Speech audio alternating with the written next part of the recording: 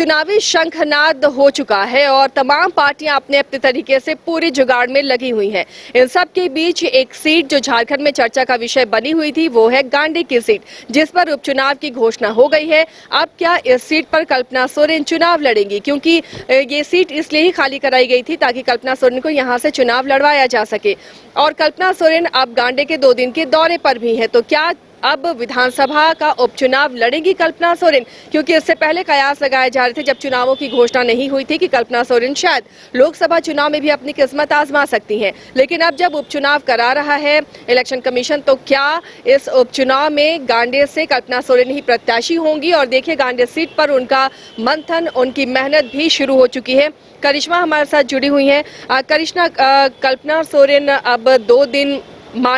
दिन अब गांडे में रहेंगी और पूरी कोशिश उनकी हो रही है। हेमंत सोरेन के बाद जिस तरह से वो सामने आई है, एक मजबूती के साथ वो मुकाबला कर रही हैं, रैलियां कर रही हैं, कार्यकर्ताओं के बीच जा रही हैं, तो क्या ये माना जाए गांडे सीट पे चुनावी तैयारी शुरू हो गई है? जी देखिए आसिया, गिरिडीह से ही उन्होंने अपनी सक्रिय राजनीति की शुरुआत की थी। सबसे पहला जो उनका सभा था वो गिरिडीह में ही था और वहां से सभा को संबोधित करते हुए कहीं ना कहीं उन्होंने कई बातों का जिक्र करते हुए यही कहा था कि जिस तरीके से राज्य में भारतीय जनता पार्टी षड्यंत्र रचाकर कई कार्य कर रही है, उस षड्यंत्र को कहीं ना कहीं पराजित करना है। और ऐसे में देखिए, गांडे विधानसभा सीट को लेकर कई कयास लगाए जा रहे थे। जब से सरफराज अहमद ने गांडे विधानसभा सीट से इस्तीफा दिया था, कई कयास इसलिए भी लगाए जा रहे थे क्योंकि उस वक्त सरकार की जो हेल्थ थी आसिया, वो ठीक नहीं थी। और ऐसे में यही कहा जा रहा था कि अगर अगला राज्य का कोई मुख्यमंत्री होगा तो कल्पना सोरेन होगी, और गांडे विधानसभा सीट को इसीलिए खाली भी करवाया गया था। हालांकि इसको लेकर हमने सरफराज अहमद से बातचीत भी की थी, तो उनका यही कहना था कि झारखंड मुक्ति मोर्चा के साथ साथ हेमंत सोरेन ने इन तमाम बातों का जिक्र किया था, जिस वजह से उन्होंने इस्तीफा दिया था। अब देखिए, अब सवाल यही उठता है कि अब कल्पना सोरेन जब 2 दिवसीय दौरे पर है, गांडे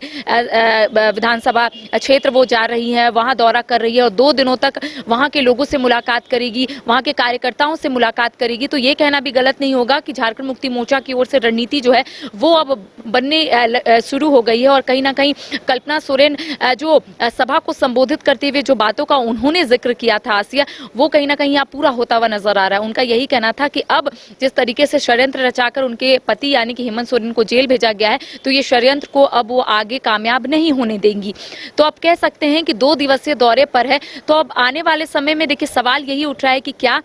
कल्पना सोरेन गांडे विधानसभा सीट से चुनाव लड़ेंगी। देखिए, अब विधानसभा भी नजदीक है, लोकसभा भी नजदीक है, और ऐसे में सवाल यही उठ रहा है कि अगर कल्पना सोरेन अभी चुनाव लड़ती है, यानी कि गांडे विधानसभा उपचुनाव में चुनाव लड़ने की सोचती है, या फिर झारखंड मुक्ति मोर्चा की ओर से उन्हें आगे किया जाता है, तो बहुत कम समय बचेगा। विधानसभा भी है, तो ऐसे में मंथन भी किया जा रहा है और ये भी माना जा रहा है कि लोकसभा चुनाव में उन्हें स्टार प्रचारक के रूप में उतारा भी जाएगा। तो अब कह सकते हैं आसिया कि झारखंड मुक्ति करिश्मा, ऐसा नहीं लगता कि गांडे सीट में कल्पना सोरेन के नाम को लेकर कोई इफ्बट नहीं होना चाहिए, क्योंकि वो सीट ही उन्हीं के लिए खाली कराई गई थी। भले उस वक्त के सिचुएशन और सीन बदल गए, लेकिन अब अगर कल्पना सोरेन को गांडे सीट से प्रत्याशी बनाया जाता है, तो जो खबरें आ रही हैं कि हेमंत सोरेन को शायद लोकसभा में उतारा जाए, तो क्या ये मुमकिन है?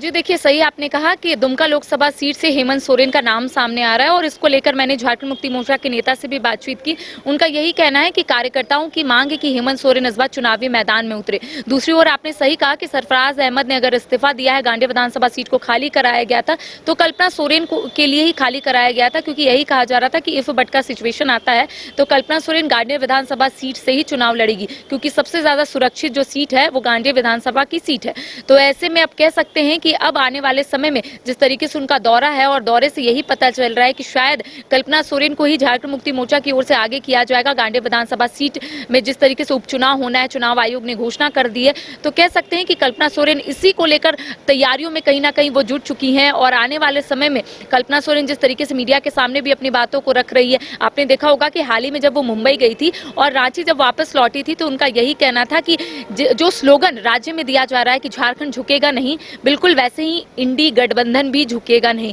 तो कह सकते हैं कि कल्पना सोरेन ने पूरा कमर कस लिया है कि गांडे विधानसभा सीट में जो उपचुनाव होना है उसमें वही किस्मत आजमाएगी, क्योंकि पहले से यही कहा जा रहा था। सरफराज अहमद से भी जब मेरी बातचीत हुई थी आसिया, तो उनका यही कहना था कि मैं उसी दिन ठान लिया था, जिस दिन कल्पना सोरेन गिरिडीह आई थी, सभा को संबोधित कर रही थी, उसी दिन मैंने ठान लिया था कि इन्हें चुनावी मैदान में उतारना है और इन्हें ही जीत हासिल करवाना भी है। तो कह सकते हैं कि पार्टी के अंदर तमाम चीजों को लेकर तैयारियां जो है वो लगभग पूरी हो गई है। सिर्फ कहीं ना कहीं कल्पना सोरेन जो है वो गांडे विधानसभा सीट या फिर गांडे विधानसभा क्षेत्र इसलिए भी भ्रमण कर रही है ताकि लोगों का मिजाज जान सके, ताकि लोगों की राय जान सके कि आखिर वो लोग क्या सोच रहे हैं। तो यानी अब एक तरह से कहें कल्पना सोरेन पार्टी के स्टार प्रचारक भी बन गई हैं। गांडे सीट पर उपचुनाव वो लड़ती हैं या नहीं ये तो थोड़े दिनों में साफ हो जाएगा, लेकिन जो तैयारियां हैं, जिस तरह से गिरिडीह से उन्होंने आगाज किया और गांडे सीट से अब उपचुनाव लड़ने की बात सामने आ रही है, तो ये कहना गलत नहीं होगा कि अब कल्पना सोरेन पूरी तरह से राजनीति के मैदान में परिपक्व होती हुई नजर आ रही हैं। और अब देखना ये काफी दिलचस्प होगा कि जिस जेएमएम पर हेमंत सोरेन की कमांड थी, अब उस जेएमएम को कल्पना सोरेन के हाथों में किस तरह से